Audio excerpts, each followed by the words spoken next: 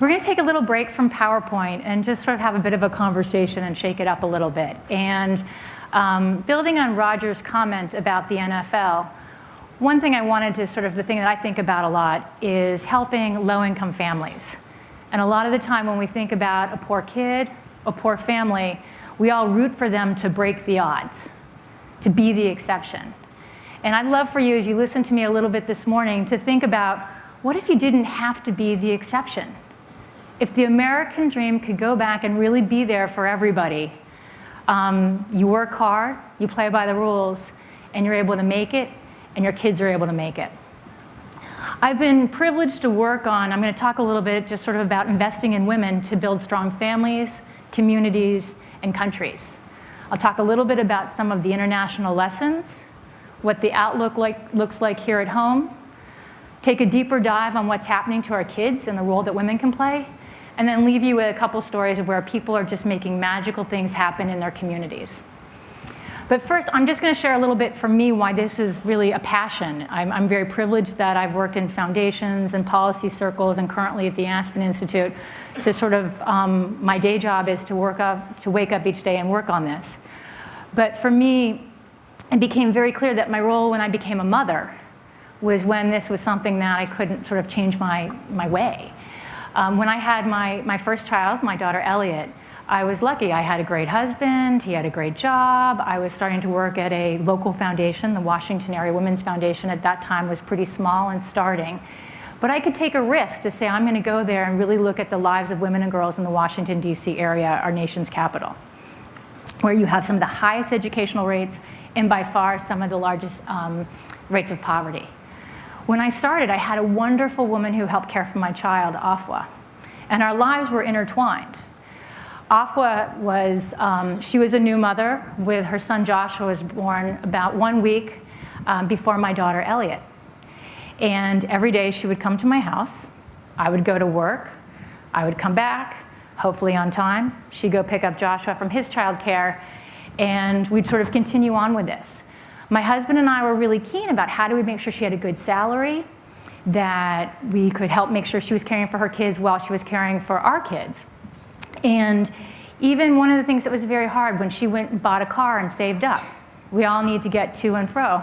She had the case where she would go and get the car loan that was the 20% interest versus the 3% interest. She would have this situation where, as we gave her regular increases based on her great performance, that some of the core benefits like children's health insurance, when I increased her salary $2 an hour, she lost children's health insurance. And so one of the things I just want to sort of ground us in this conversation is you can be playing by all the rules, working your heart out, but just some of the systems are not strung together in a way to really get people across the finish line. So let me take a step back and let's think about the international context. And you're going to hear from Isabel Coleman, who is just probably the global leader on this conversation, so I'll be very brief. But one of the things, as someone who works primarily in the domestic arena, I have been really thrilled and amazed at the kind of acceptance we've had from whether it's the UN Foundation, the State Department, the New York Times, that the mandate of the power of investing in women and girls has been widely accepted.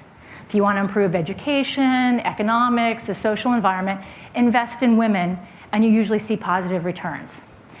The Girl Effect, which some of you may know, it's a public awareness and researching and grant-making campaign by various corporations and foundations, has documented that in developing countries, if a girl receives 7 years of education, she will delay marriage by 4 years and have 2.2 children less.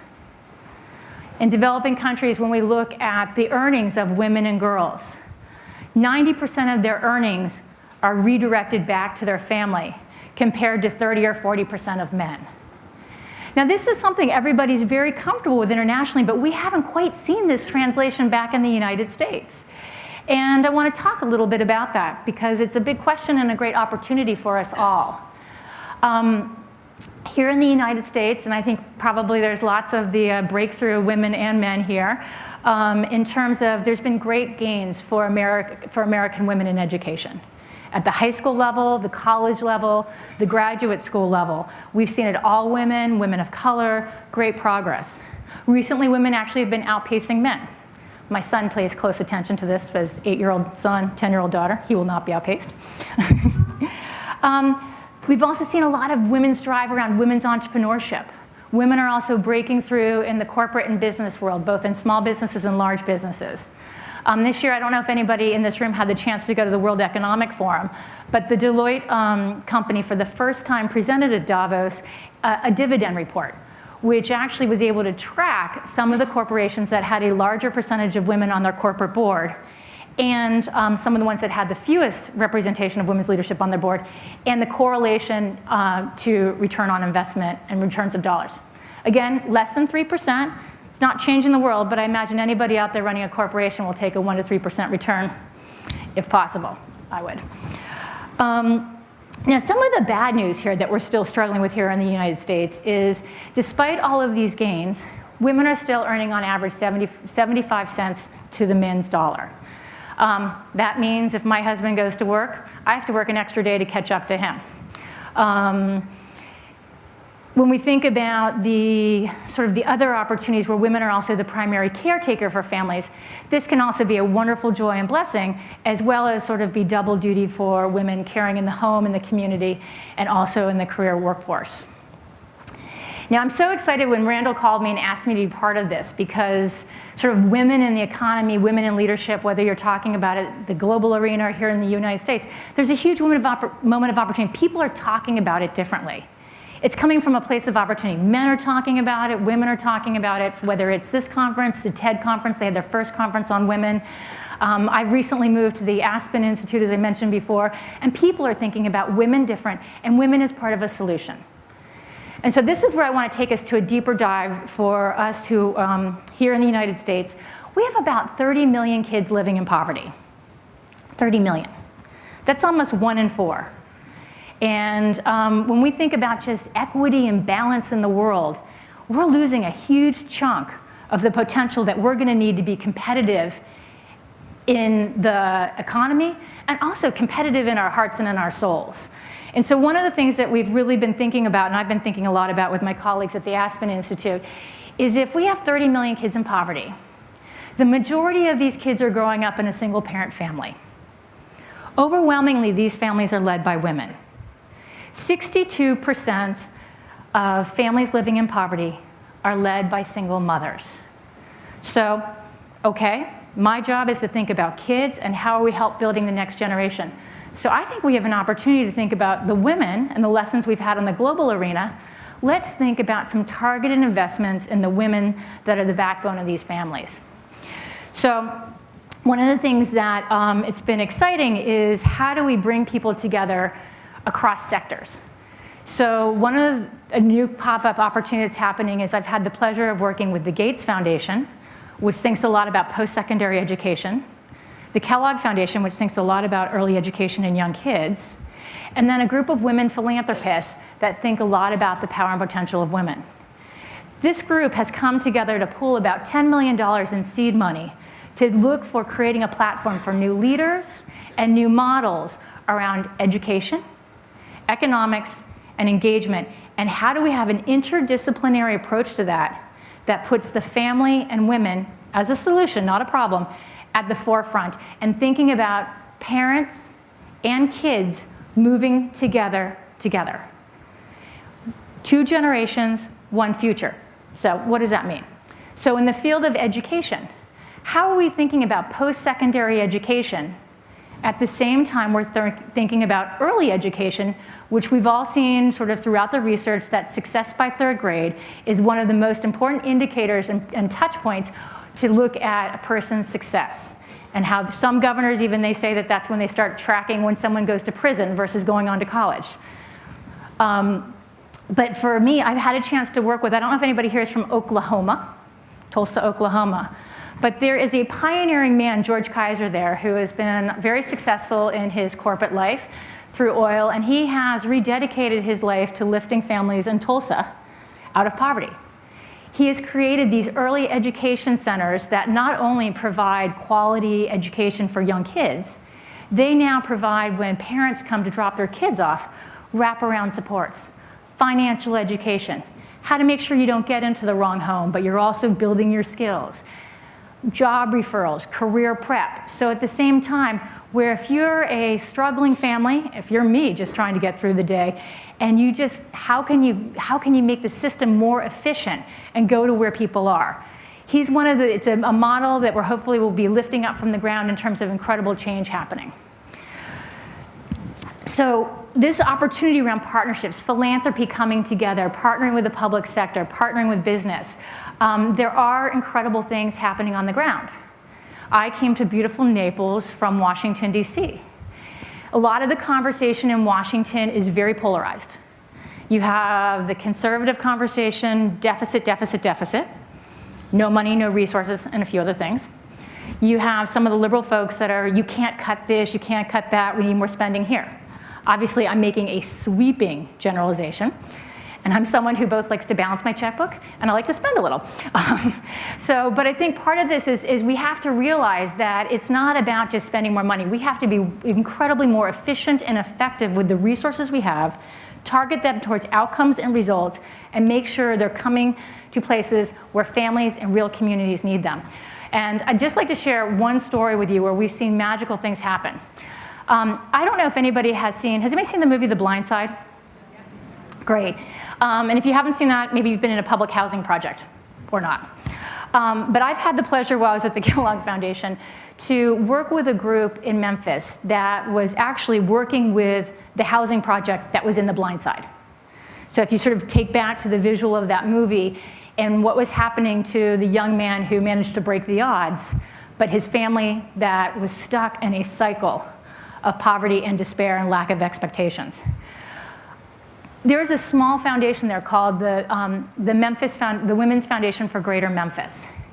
They were a small foundation. They probably gave away about $300,000 a year at most.